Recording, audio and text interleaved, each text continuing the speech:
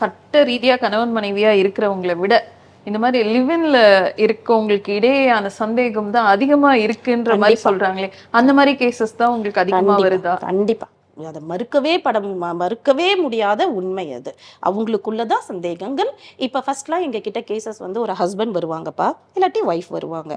Husband கிட்ட வந்து ஏதோ சஸ்பீஷியஸா இருக்கும்பாங்க, இல்ல ஒய்ஃப் கிட்ட ஏதோ சஸ்பீஷியஸா இருக்கு. இப்ப யார் வராங்க அப்படின்னா, ஹஸ்பண்ட் ஒரு ரிலேஷன்ஷிப் இருந்திருக்கும், அந்த பொண்ணு யார்கிட்ட பேசுது, யார்கிட்டயோ பேசுது, யார் கூடயோ போகுது, ஏதோ ஒரு சஸ்பீஷியஸா இருக்குன்னு வராங்க.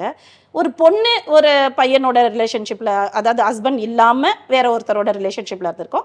அவங்க அந்த பையன் என்னை விட்டுட்டு இப்ப என்கிட்ட வந்து டிஸ்டன்ஸ் மெயின்டைன் பண்றாரு, என்கிட்ட பேசுறத அவாய்ட் பண்றாரு, இக்னோர் பண்றாரு, ஸோ இப்ப வேற ஏதோ அவருக்கு வந்திருக்கும், அது அது வந்து எப்படி இருக்குன்ட்டு இவங்க 2 பேருக்குள்ள நிறைய சண்டைகள், பிரச்சனைகள், அதுல அடிதடிகள் நிறைய நிறைய வருது.